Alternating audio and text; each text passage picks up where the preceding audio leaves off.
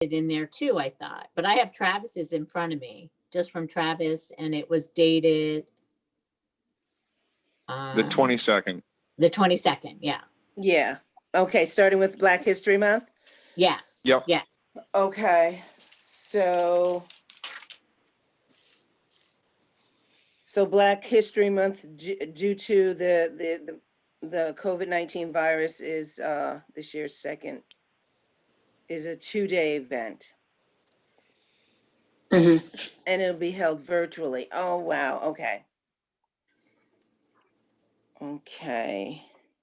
Have we gotten any updates on that? I hadn't. I have not gotten anything, no.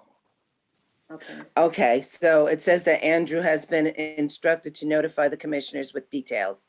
I haven't heard anything from him. And you're saying that you haven't either, Travis? No, I have not. Okay.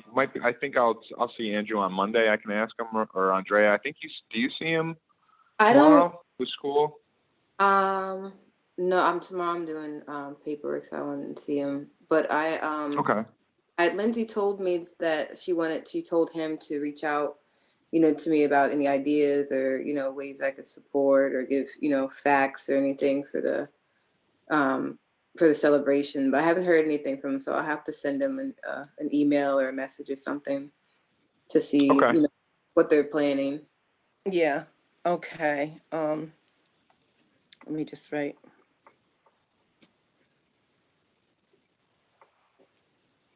I tell you, this COVID-19 has life so totally miscombobulated, in my opinion. It's crazy. Okay, and then just moving right along, the Kingston School District began their winter sports as of January 19th, and some of their approved sports practices at Dietz Stadium. Okay, wonderful. Not sure exactly the winter sports, so that's what are the winter sports? Well, I just saw today the Daily Freeman said that they're not doing I think basketball and a few other ones. I just saw it quickly online. Yeah. Yeah, basketball, wrestling, and cheerleading have been canceled. Okay, because I was just wondering what they were practicing at Dietz Stadium. So I guess that would be what, cheerleading maybe? I don't know. Yeah, I don't either. But they could be getting Okay. ready for spring sports, which would include, I think they probably are trying to fit into a field hockey season, lacrosse, things like that. So maybe that's what she was mentioning. Okay. Just moving right along with the information that's in front of you, from February 1st through April 23rd, Monday through Friday, 10:30 a.m. to 1:30 p.m. Midtown Center will serve as a food distribution location for, the Kingston Emergency Food Co-op or cooperative. So they will be using the tables in the gym outside of the lounge. Okay.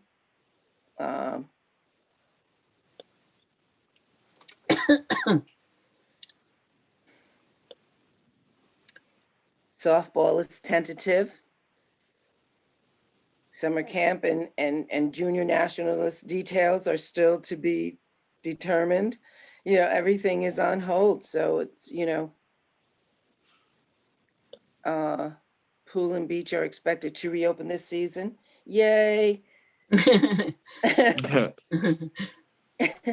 So, if you want to respond or comment on anything, I'm just going through this. We all have it in front of us, and Yeah. you all have probably read it. So, volleyball, basketball, and boxing are still not permitted to start. Yep, that sounds about right. COVID-19 is still, in control at this point. So, no buildings or facilities are being open to the public or rented. So, okay. So Any questions regarding any of that information? I don't have any questions. I'm Okay, good. Everybody else? I don't have anything regarding those. I do have about other topics, but I could save that till until the end or afterwards. if that's- okay, you want to, yeah, we'll get you in there. Because I'm just, you know what, I'm just looking at everything else that's Mhm. in front of us. You know, it's all written, so we don't necessarily have to review it. I don't think there's anything that needs a vote at this point.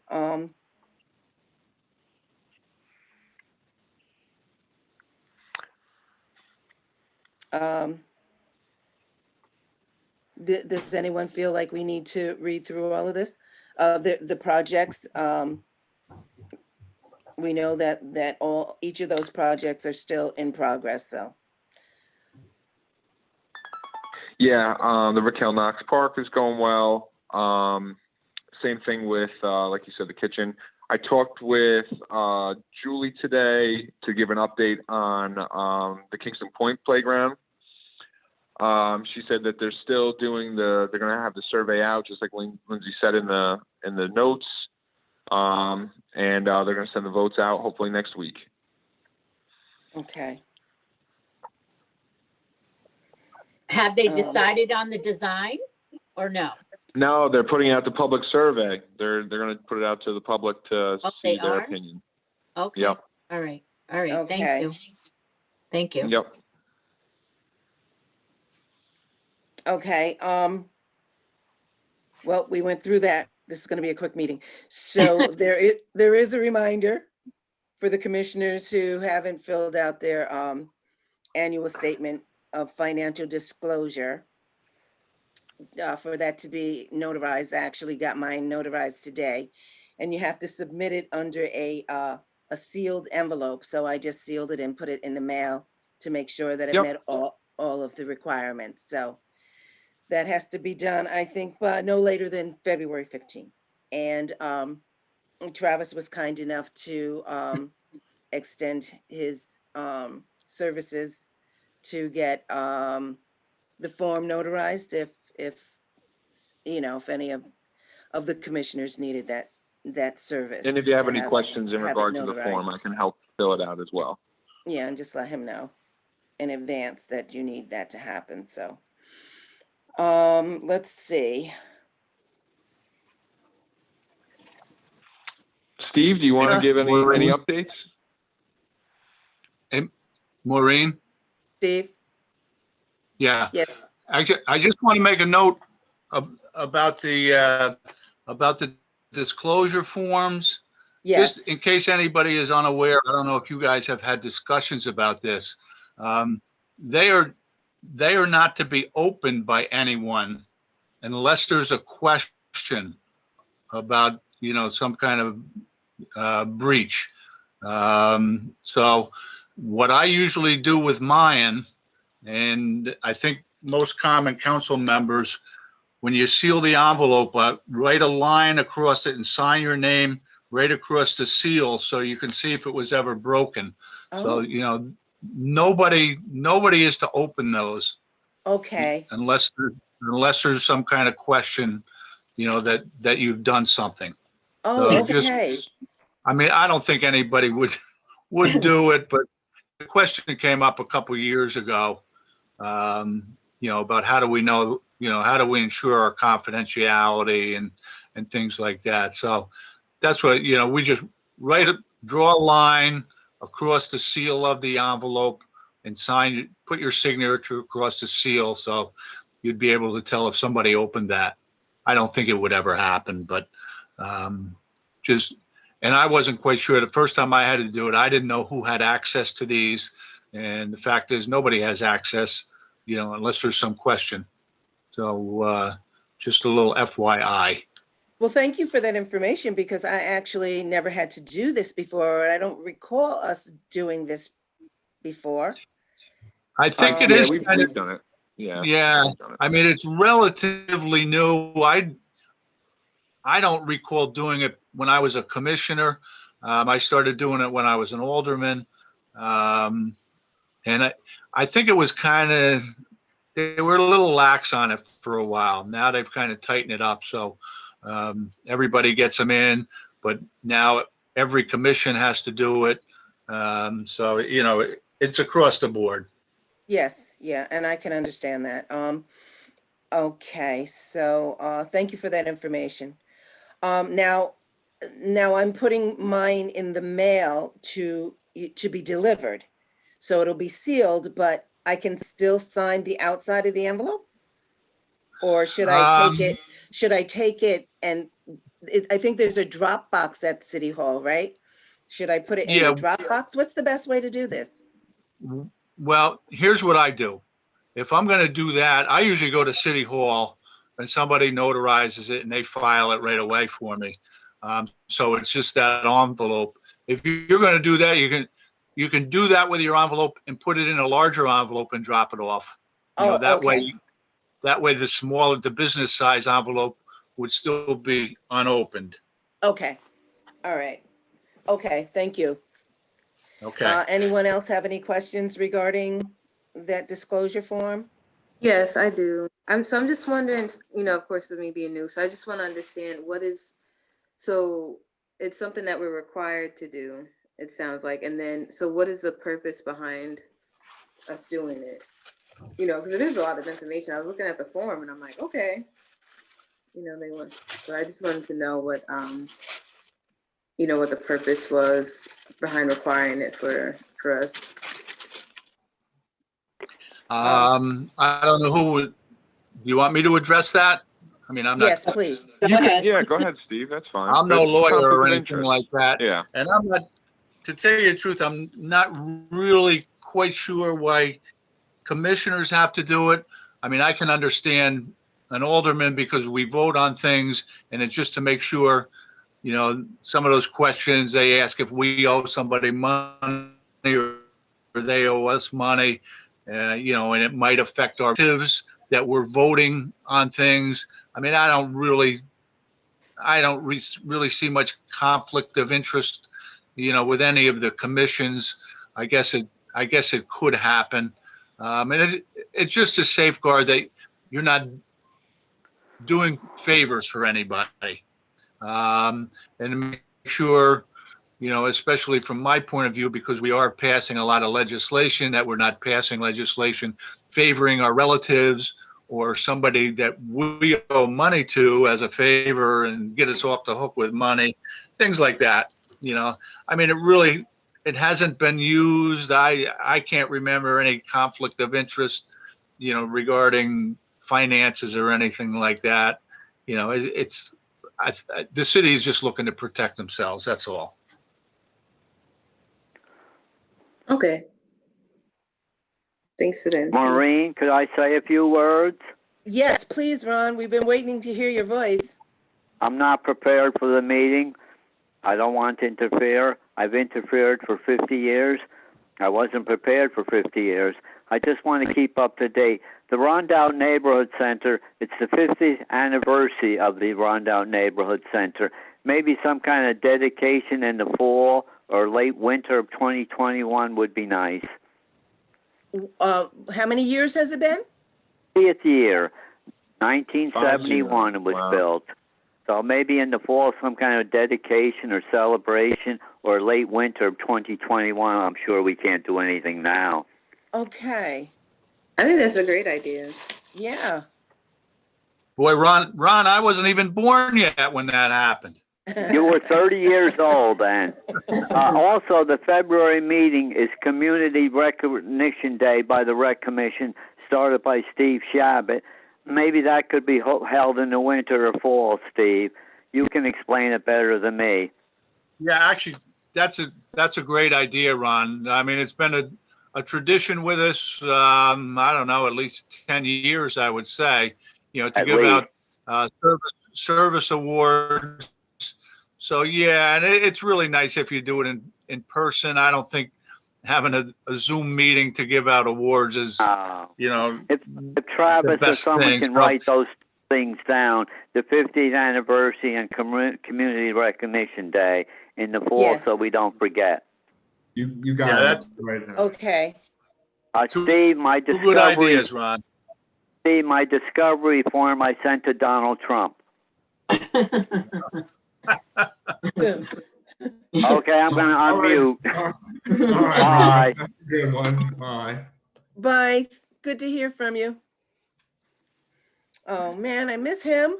I know. Yeah, He stays on top of things, right? He's Yeah. good. So, Steve, when did the community recognition day begin? What year was that? Boy, I would have to look back, but, Oh, okay. I'm sure it's got to be 10 years. We Okay. started it, and then I recommended that we change the name to the Joe Hoffman Award, Okay. several years Right. ago. Right. Originally, it wasn't the Joe Hoffman Award. That's just been within the last couple of years. That's So right. I would say it's a good 10 years, but I Okay. wouldn't want to swear to that. No, okay. It was definitely before my time, so. Okay, great. We need to keep that in mind, and when COVID is over, then we got some partying and some celebrating to do. Oh, my goodness. I'm with you. Jeez. Andrea, you said that you wanted to, you had something that you wanted to speak on?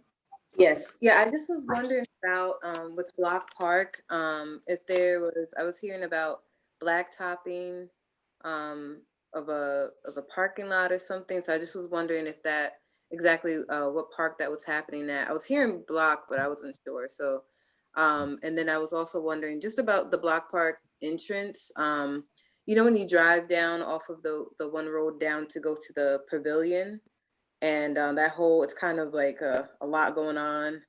So I was Yeah. wondering about if there's any plans for that, or if we could put anything in motion just for, the safety of children, and, if, when things do open back up, if families wanted to meet or have students or whatever the case may be, that they're able to view, their children from the different parts of the park, and, while they're parking, able to see straight across, and just as a safety thing, driving and access.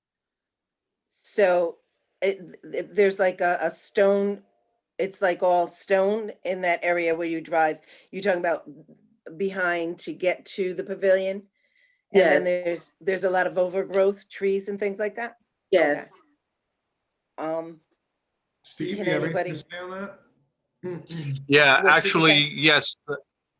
We are going to approve community development block grant money for the parking lot. It's going to be quite substantial. Actually, we're going to raise up the level of the parking lot.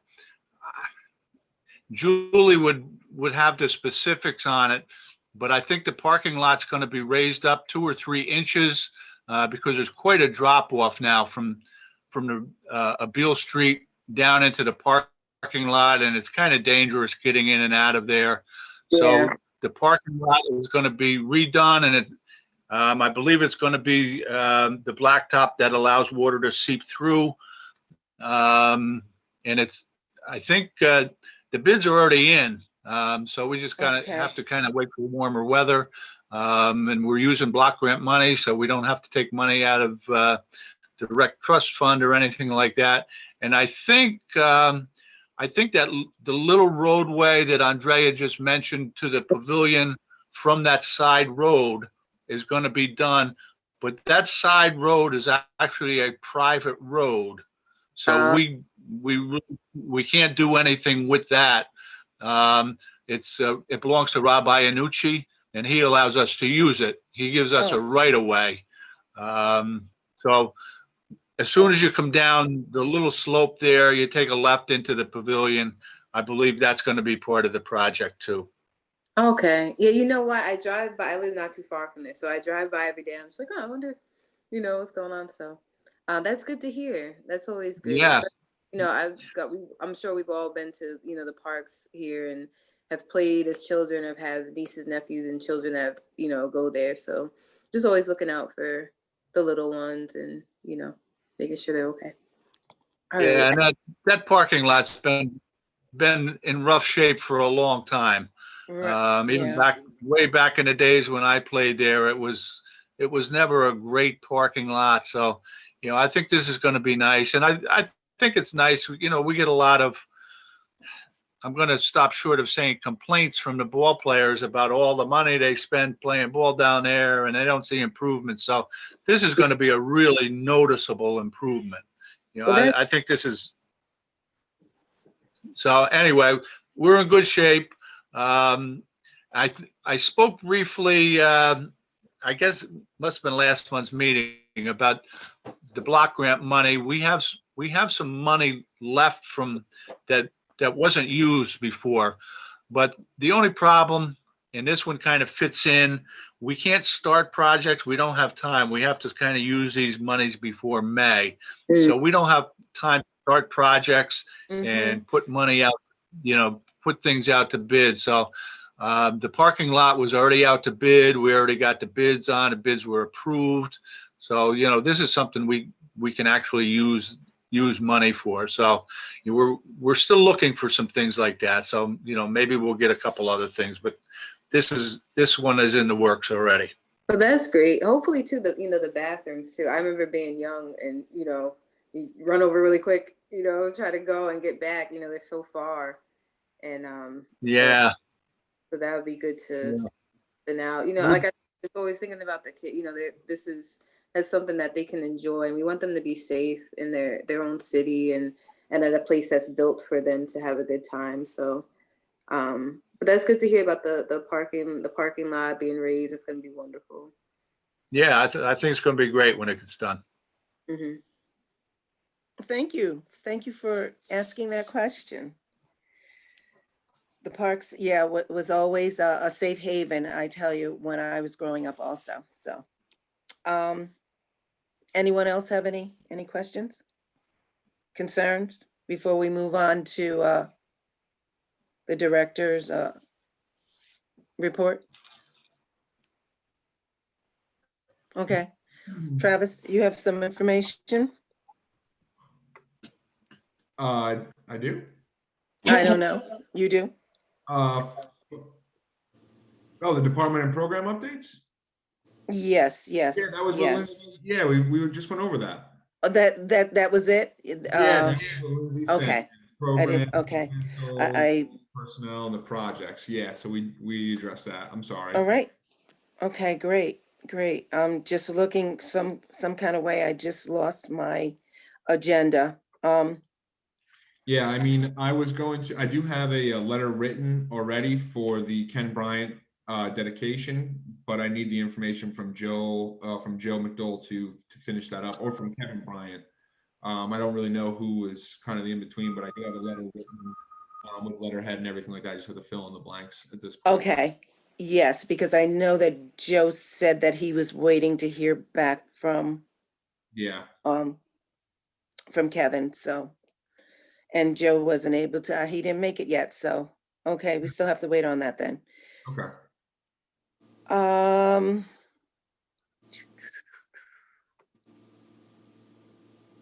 I don't have, my agenda just disappeared. What's next? Yeah, Can that somebody was it. help me out?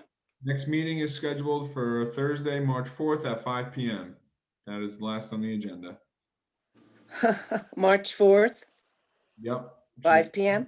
Yes, Thursday at 5 p.m. Yep. Okay, that sounds good to me. Does anybody have any last minute concerns, questions, comments? If I'm not, good. then, okay, I move to adjourn this meeting. Can, Second from Andre. Okay. okay, Okay. short and sweet, I like it, okay. Hey, everyone, stay safe. You too. Thank you. Okay, and see you next month.